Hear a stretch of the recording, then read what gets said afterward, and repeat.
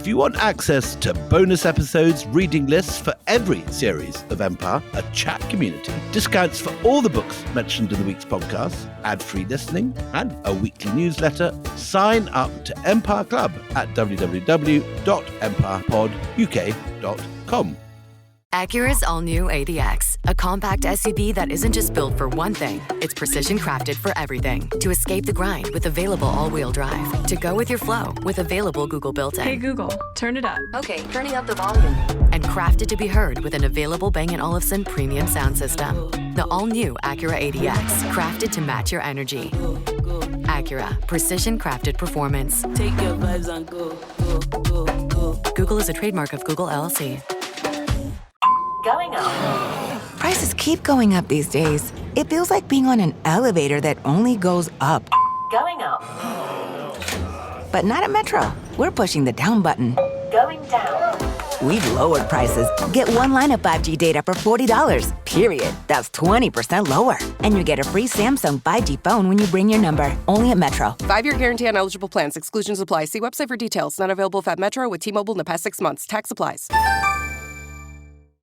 This episode is brought to you by Factor.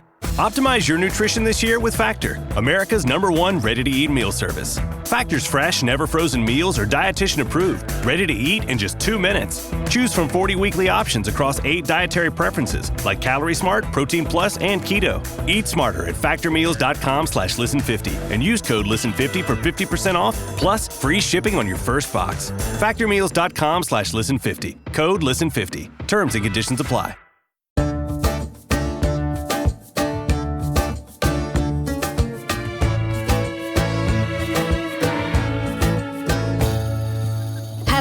And welcome to Empire with me, Anita Arnon. And me, William Durham. We are starting a brand new series today, so welcome. And if this is your first time dipping into Empire, welcome. And if you are one of the people who follows us all the way through, I hope you really enjoyed the Opium series that we did. But what we normally do on Empire is we talk about the rise and fall of empires. It does what it says on the tin. We talk about history, but Empire has suddenly become current affairs. This is the problem. It really has. I mean, anytime you turn on the news, you'll hear about trade wars, hot wars, expansion of territory, spheres of influence, and the end of an old world order. And what you've got is a situation where you've got powerful men, they are men, hovering around maps with Sharpie pens, and they're drawing circles around territory that they would like to expand into, either physically or with spheres of influence. So what we thought was a good idea, because, we look at history, that's what we're obsessed with, is we were going to look at the last time you had this kind of situation where you had men around a map with pens arguing about who should have what.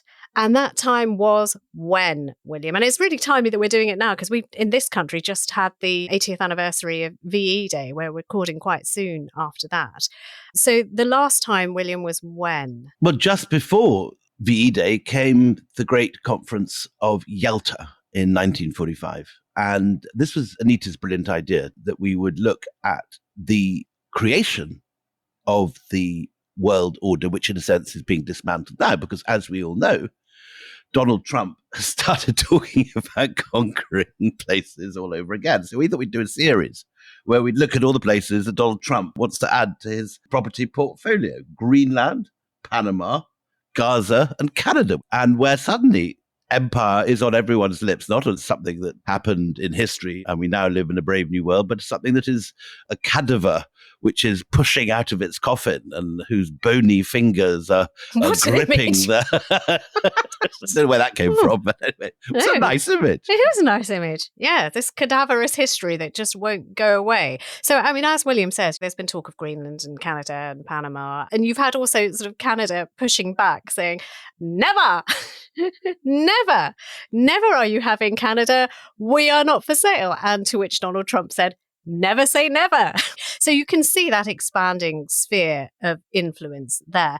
So Trump, of course, is very serious and has come out in the last 100 days with a real and concerted move on Greenland, backed up, of course, by Vance's visit with Usha, where the American base couldn't find a single Greenlander who actually wanted to host them and welcome them into their home, so they remained on the American base. As with Canada, they just don't want it. But this is not apparently stopping the Donalds from wanting to impose it. And then, most dramatically of all, that monstrous video of Gaza transformed into a Trump Tower with gold statues of Trump that was created as satire.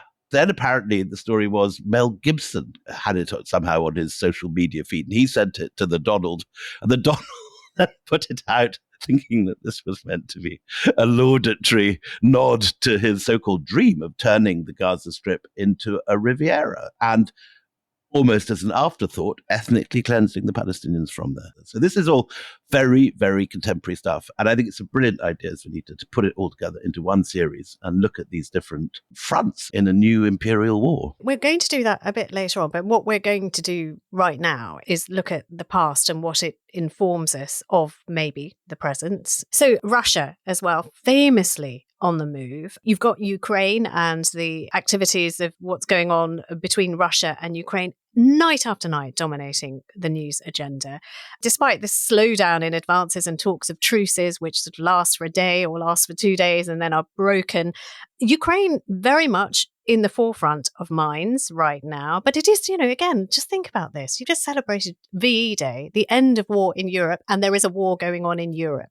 So that is an extraordinary thing. First of all, just put a pin in that in your mind. And also, let me just say that Ukraine now is in the spotlight. Ukraine back then, during the Yalta conference, was in the spotlight. There is a curious and, as you might say, cadaverous symmetry to this, just to use your analogy again. We've been here before when it comes to this place. And in Russia as well, there is a public movement, a popular movement that talks about Novorossiya, the new Russia. Very nice accent, Anita. This is your A-level Russian. Spasiba. That's very kind of you.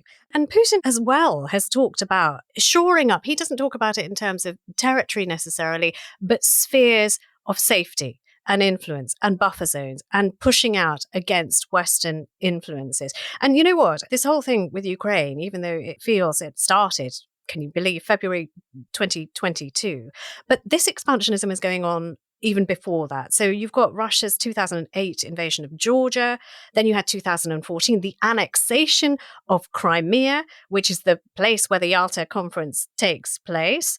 Well, before that, you of course had Chechnya, the Chechnya War, which was 1994 to 2009, which was not a war of expansion, but it was very much a sort of imperial war, just of the sort that the Russians did in the 19th century. We had last year on the pod that wonderful Tolstoy episode. And at that point, the young Tolstoy was in Chechnya and in the Caucasus fighting Muslim tribes. So again, this cadaver pushing out of the coffin, the lid of the coffin sliding We're not open. letting it go, are we? I like it. We're not I like letting it. that We go both at like all. it, We actually. like it too Yeah. much. Okay. Well, I mean, just standing still by that graveside, you've got so spheres. this whole idea of sort of spheres of influence, and you look at the kind of activity that's going on, and you can map it almost entirely on Soviet satellite states of yesteryears, and you can understand why Poland is deeply, deeply alarmed by this, because they have seen it before. Poland has gone through this before. And just in April of this year, you had Poland accelerating military preparedness for a possible attack from Russia. My old drinking partner, Radek Sikorski, is the defense minister and is ramping up defense spending to unprecedented levels in post-war Europe. So there's spending on defense, but there's also voluntary military training for all adult males to, make sure that they are battle ready. So, you know what? The irony of celebrating 80 years of peace in a year when the world has looked more precarious than it has for decades should not be lost on anyone. You know what it reminds me of, Anita, is that all those novels that have been written about that long, hot summer of 1913 before the First World War breaks out. And you could name about 10 famous novels always set there. And it's always this perfect summer before these young men march off into the trenches and the mud. And I have this terrible feeling that this is 1913, that we are revving up for all these horrors. There's a sickening familiarity about it. Look, the Yalta Conference is what we're going to be looking at in the next few episodes. But at the Yalta Conference, there were 3 countries, 2 of which we've already mentioned, America and Russia. The third country that was very important, we're going to sort of dig deep into what all of those countries did and their leaders did, Roosevelt, Stalin, and Churchill in the course of the next few episodes. But Britain is not around that table with a Sharpie at the moment. Britain is absent. We can't even afford the Sharpie these days. Churchill would have found it his worst nightmare. God, you've had your Weetabix today. Look at you. You're popping them out. But the third country right now that is in play, because if you think of it as a troika of powers sitting over a map, is China. Now, China completely absent and kept sort of almost in the dark in 1945 when, these powers are deciding what's going to happen, sometimes in their own territory. But right now, very much in play. So you've got these sort of spheres of influence, again, reaching into Africa, for example, reaching into the Asian subcontinent, in Pakistan, investments in places.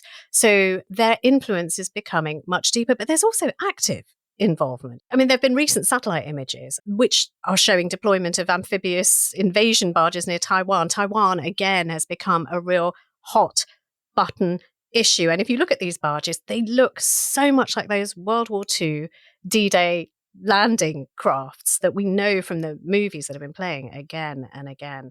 And beyond Taiwan, there's sort of talk of nationalist sentiments among Chinese intellectuals and annexation of territories. Some, and these are bonkers voices, are even talking about Australia, again, being in our sphere of influence and therefore should be more in our control. So all of this is in play at the moment. And let's not forget, this is the week that hostilities have broken out between India and Pakistan. And one of the few cards that Pakistan has in a very much diminished deck now is its alliance with China. And Pakistan television has been running sort of wall-to-wall images of the Chinese embassy in Islamabad being briefed by Pakistan on what's going on. The threat being potentially that China could intervene in this India-Pakistan dispute over Kashmir, which would obviously throw the board over in a very dramatic way. And so again, this world of spheres of influence and the possibility of imperial adventures, which just didn't seem... Which just haven't happened for decades. They just haven't. This sort of post-world order, which was meant to put an end to all war, held for decades and decades. I would like us to go back to that point and the people a little bit. We're going to do sort of a little bit of an origin story thing now. Let's talk about Yalta. And before we talk about Yalta, I have a thank you to you, Anita, for putting me on to a wonderful book, which is by an author I never read before and about a subject which I, to be honest, am absolutely no expert at all, which is Sergei Plokhy's, the great Ukrainian historian's book on Yalta, The Price of Peace. Astonishingly well written. Daughters of Yalta, wonderful book by Catherine Grace Katz about this extraordinary trio of daughters that were brought along by Churchill, Roosevelt, and Harrimans, the American ambassador. And then our old friend Giles Milton, who's a friend of the show and in the early days of Empire gave us that incredibly moving account of the burning of Smyrna. But his book, Checkmate in Berlin, which you, I think, particularly enjoyed, didn't you? You loved that. I absolutely loved it. I think we're going to get Giles on as part of this series, and it will come after the events of the Yalta Conference. But can I also commend to you 2 other books? Diana Preston's excellent Churchill, Roosevelt, and Stalin, 8 Days That Changed the World. And it talks about this in, beautiful, very studied, very sourced detail. Also on some of the origin stories that you're going to hear from us. Particularly enjoyed Robert Service on Stalin.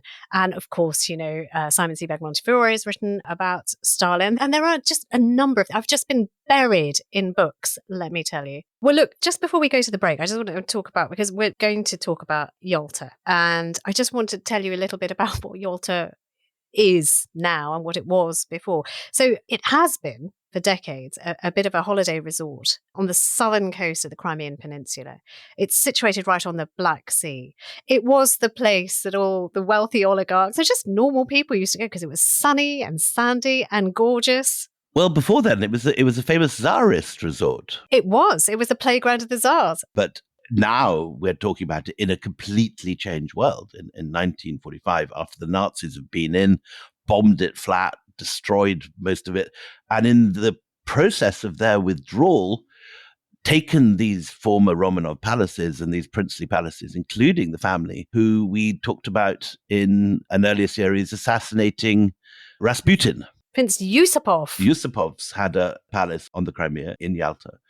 And the Nazis, as part of their retreat, just sort of looted this. There is all of that. There is the looting, but there is also the extraordinary human cost that was suffered by Crimea during that Nazi occupation. And at the time of Yalta itself, which is February 1945, this place, it's like you can read it like Braille, because there are burnt out houses, burnt out vehicles, skeletons, human beings, which are still charred and left on those black pebble beaches that you talk about, and which are witnessed by the big three who have been called deliberately to Yalta by Stalin. He's making the point, and we'll get into the details of which, but just a quick little curtain raiser. He didn't want to go anywhere else. And Churchill and Roosevelt did not want to go to Yalta. They wanted to go to Cyprus. And they'd already been to Tehran, which was sort of 3/4 of the way to Russia for the last conference. And the key background to Yalta, which haunts all the decisions made there, was that the Soviets had the upper hand at the conference because they had already retaken most of Eastern Europe. This is interesting because this is a point of controversy about Yalta. There are those who think that Roosevelt played this completely wrong, that Roosevelt was willing to go to Yalta because he thought that he could control or matify Stalin, and he needed Stalin to his point of view. And there are those who've looked back at that time saying Churchill was the only one who saw him for what he was, and that Roosevelt deeply underestimated what Stalin was capable of. But just a bit more on the Yalta background, then we'll take a break, and then we'll talk about the origin stories of the big three. They're always known as the big three: Churchill, Roosevelt, and Stalin. But this is a place that had been invaded by Germany, the Nazis, in 1941. Much of Ukraine had been occupied. The Nazis, they viewed Ukrainians as Slavs, and all Slavs were Untermenschen, or subhuman. First, Ukraine sort of welcomed them in, saying, "You've liberated us from the Soviets. Oh, thank God you're here."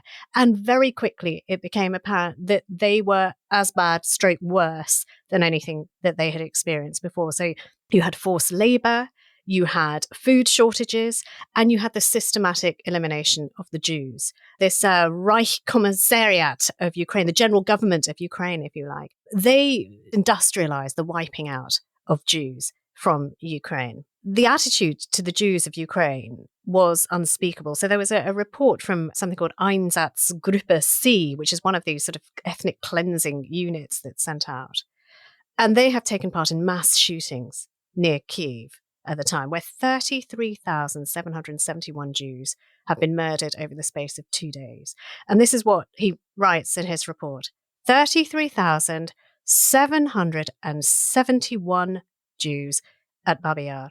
And he says the Jews of Kyiv were ordered to appear with their valuables and clothing. They were systematically executed.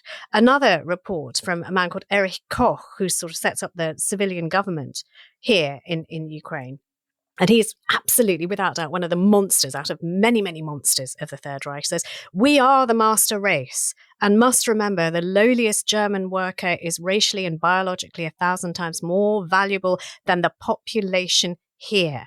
This land," says another German, "is rich but filled with filth. The Jews have been taken care of. The peasants bow when they see us." So, this is what then the Soviets come and push the Nazis out. And this is the backdrop. This is the suffering land where it is a bombed out landscape. Something that people would have known from before the war was a place of great beauty and a playground to the rich and the famous has become a cauldron of despair and destruction.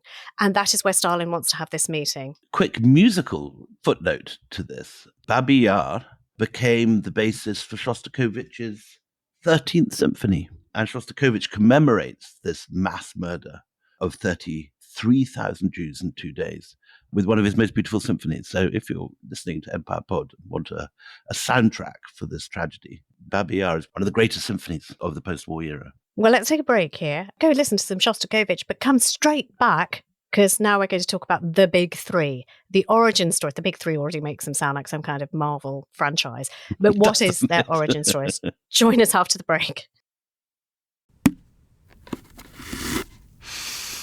Clorox Sentiva smells like grapefruit. Cleans like Clorox. And feels like...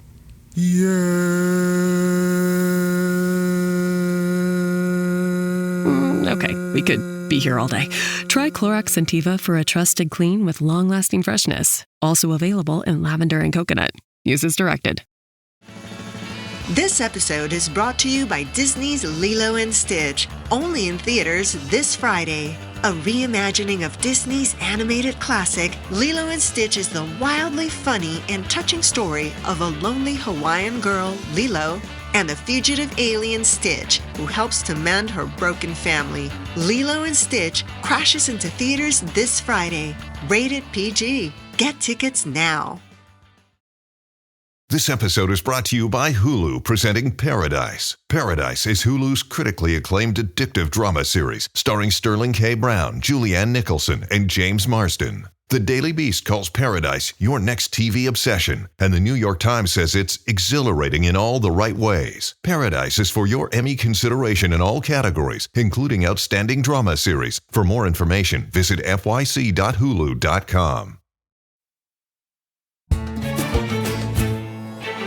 Welcome back. H.G. Wells had said that 1914 was, and it was his expression, I'd forgotten about that, the war that will end war. And yet here we are in Yalta with the big three, after victory is almost certain, trying to carve up the peace. And these are huge, gigantic figures, the big three, not the Marvel franchise, the real thing.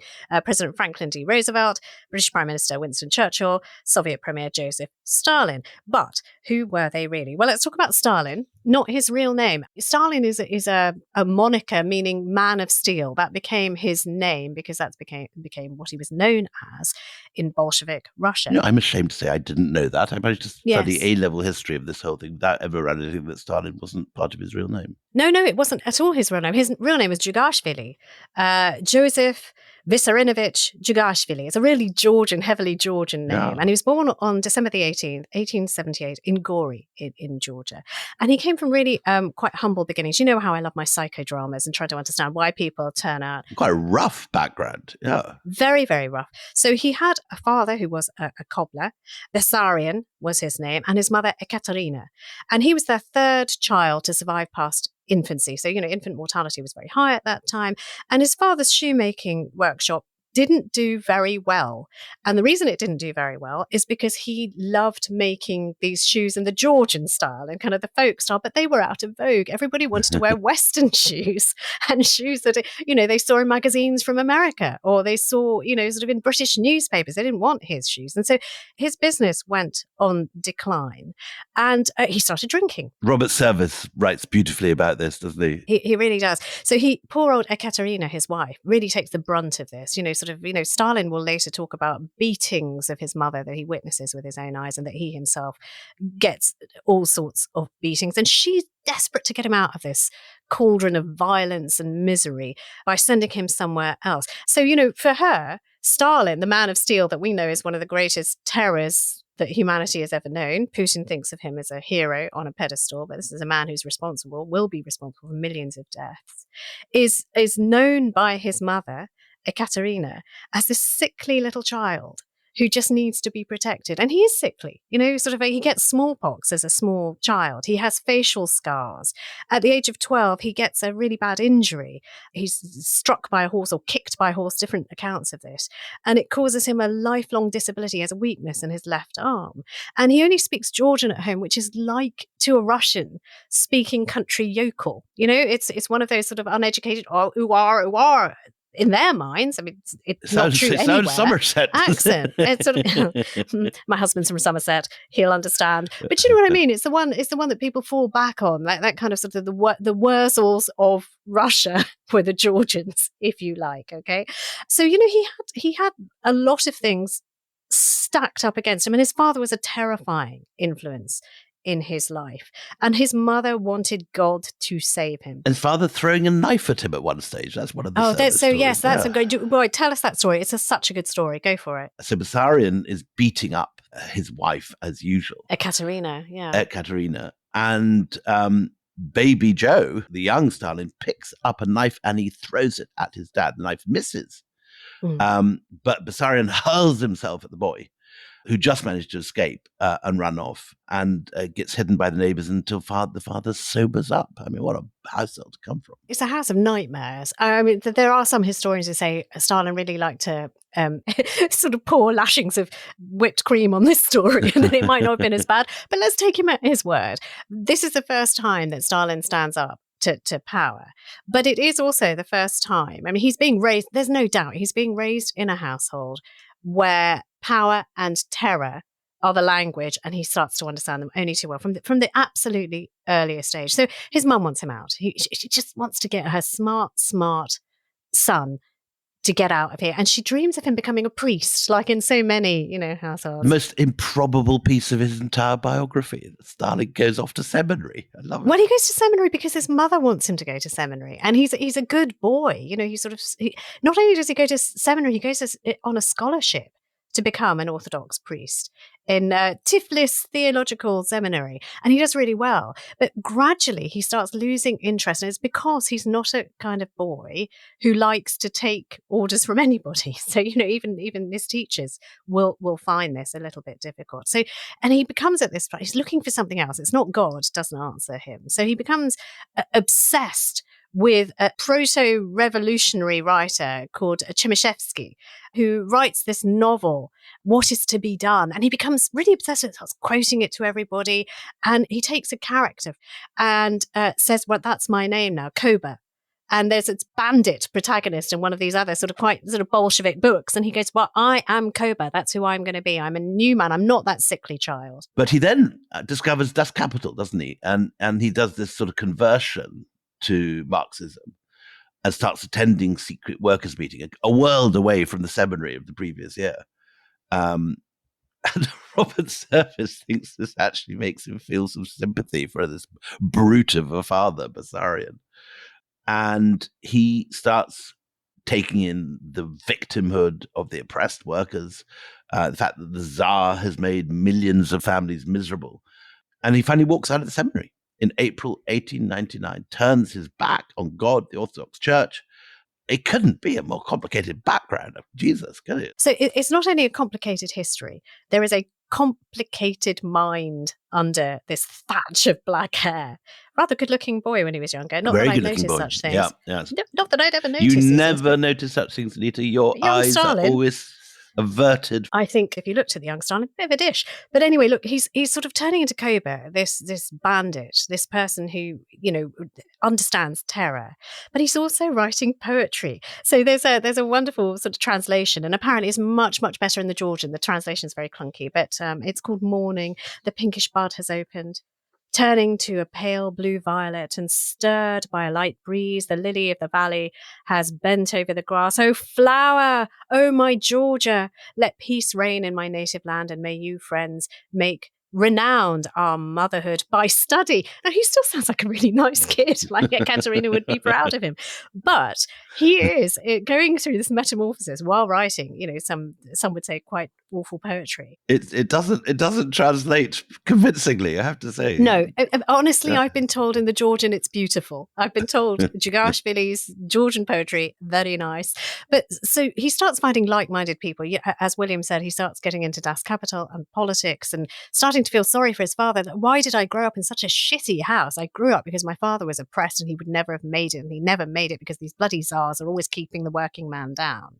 And so with the Bolsheviks, he starts to try and find, and we hear this story so much from people who've come from quite brutal backgrounds, to be someone, to become someone, not to be another statistic and not to be like Bessarion, who just drinks himself into cruelty and dies without a trace. He wants to be somebody. So he starts remolding himself as Koba, the highwayman. He starts sort of thinking, I'm going to raise funds for the Bolsheviks. And there's, both Simon Sebag Montefiore and Giles Milton talk about this so well. I'm going to tell you about a heist, okay? So it's shortly before 11 a.m. on the 13th of June, 1907. and two heavily armed carriages are rattling on along the central square of Tiflis, now known as Tbilisi, state capital of Georgia. And seated on one of these carriages is the state bank's cashier. Okay. And the other carriage is packed with police and soldiers. And there are outriders all around them. And, this is a really highly secure, but highly obvious, look at me, we must be carrying something valuable kind of, always a problem with these things. And they had a huge amount of money on these carriages, 1 million rubles, which equates to £7 million. And so it's like a big heft of what the state bank owns. But Stalin, soon to be, Koba as he is, or whoever young Mr. Jigashvili wants to call himself, has planned this amazing robbery. So there are going to be 20 of his heavily armed stooges, and he's very popular. Like, people will follow him into fire. He's become a really popular leader. And they're waiting for the carriages to arrive. They're lookouts. You just imagine it on films, high buildings, around corners, sitting in cafes. Has there been a movie? There should be. Not that I know of. But, behind newspapers, drinking coffee and watching this carriage go by. And then there are others who are in taverns, and they're all sort of exchanging information. And there are two girls who are also there, who no one will suspect, who are running back and forth saying they're over here, they're over there.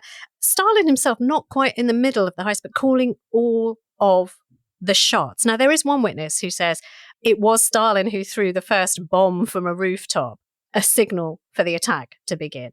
I mean, that might be just fanciful. But this attack then completely jumps on these carriages. The animals are torn to pieces with these explosions that then take place and cause complete chaos. There are grenades raining down on these carriages. Policemen, soldiers, they're all just wiped out. There is blood and flesh all over. Where do they get hand grenades from? It's not necessarily an easy thing to lay your hands on if you just escape from seminary to suddenly find yourself a bunch of hand grenades. I think the Bolsheviks were pretty good at getting their hands on things that they needed to fight, in their minds, the good fight. One of Stalin's men chases after the horse and hurls another grenade under its belly, and that explodes then in a shower of horse and blood. And before anyone can understand what's even happening, you've got another one of his bandits who just boldly strides into the square, hurls the banknotes into his carriage, and they take off. They take off at high speed. This has never been done before, that anyone would dare to attack the state bank in this way. It's very sort of Rob Redford and sort of Butch Cassidy. Butch Cassidy and the Sundance Kid. Much that sort of Absolutely, absolutely. But the irony of ironies of all of this is that they couldn't spend a single ruble of the money. So they've got the greatest heist in Bolshevik history, but they cannot spend any of it because it's got these serial numbers, which immediately are circulated by the authorities, and anyone spending it will end up sort of being hauled in and executed. But it's the making of Stalin. It doesn't matter. I included this 1902 mugshot of Stalin, which I it's sent a gorgeous to you, picture. William. Unlike you to send me pictures of beautiful, good-looking men, Anita. Very out of character. Well, one of them is a surveillance picture. That's what I find really interesting because people, the authorities know that he is a man of interest. They have him on a mugshot for something else, but they also have surveillance pictures where they're following him around. So, they have him very much on their radar, but he's just always slightly ahead. And I just want to give you another, this may be a shorter episode, and maybe we'll have to do Franklin D, Roosevelt and Churchill in the next, because we have wanged on quite a lot in this one. I think give this space. It's all good stuff. Okay, all right. So stick with Stalin, because it is a really interesting story, and he's somebody I'm just completely fascinated in. So what kind of man is Stalin? You've got him sort of going through being a good boy trying to protect his mother, a clever boy who writes crap poetry or good poetry, depending if it's written in the Georgian, a man who defends against brutes, a man who sympathizes with brutes and hates the people who've turned him into brutes, a man who goes towards God, goes away from God, lands up with the Bolsheviks and wants to remodel himself as some kind of Robin Hood. So he's sort of striving to be a hero of some kind, but he was a pretty shit human being to women. So he has a first marriage.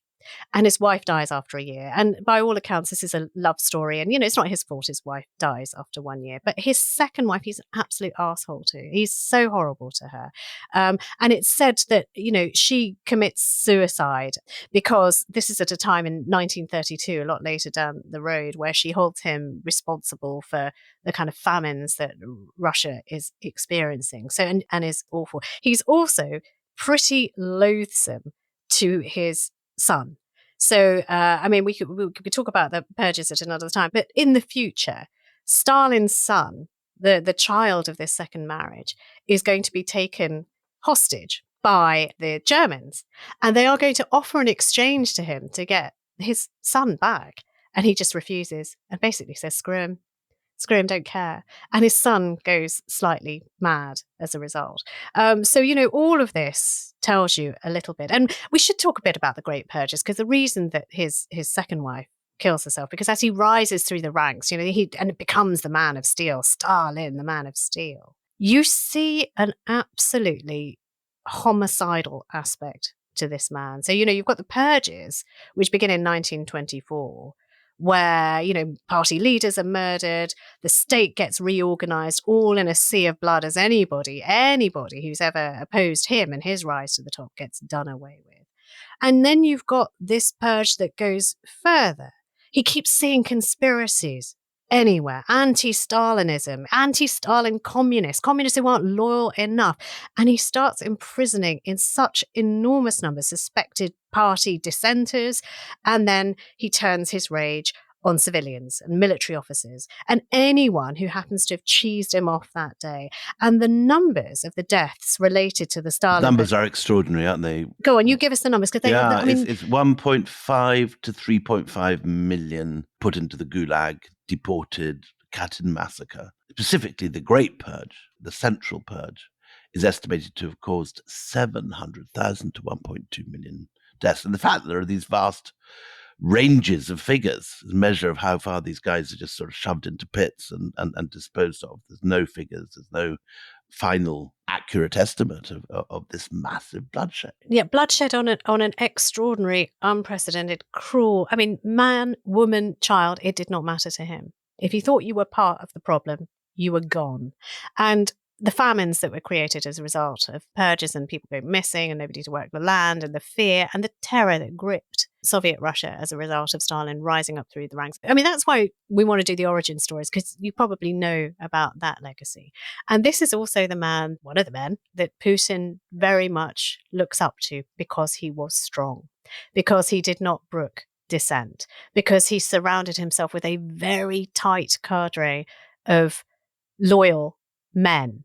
Among them, Beria, who's sort of like another architect of the purges. Who's very much present at Yalta. The man in charge of the purges is there, yeah. Who is a very rapey, disgusting individual. That is the origin story of Stalin. Join us in the next episode when we will bring to you the origin story of the other 2/3 of the big three, Franklin D. Roosevelt and Winston Spencer Churchill. This is going to be a fun series. I'm very much looking forward to this. Well, I'm very pleased to hear that.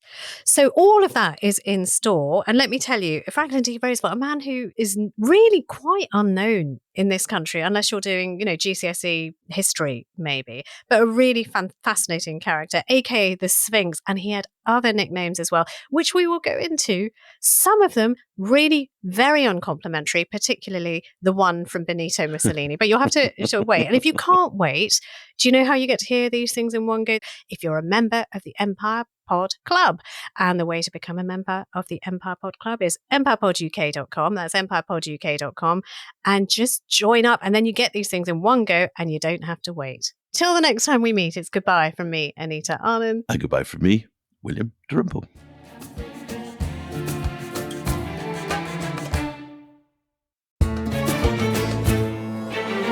Before you go, can we tell you about something really exciting? Have you ever heard an ad on this podcast and thought, hang on, my brand would be way better here than whatever they are nattering on about? It's bold of you, but you might be right. And here's the thing, you can actually make that happen. Make the dream real. Imagine your brand front and center on Empire and other shows across the Goalhanger network. If you don't know who Goalhanger is, they are the producers of this show. And if you're looking to get the brand right into the center of everybody's routines, they are the people you want to talk to. If you're curious, just head over to goalhanger.com. That's Goalhanger, HANGER.com.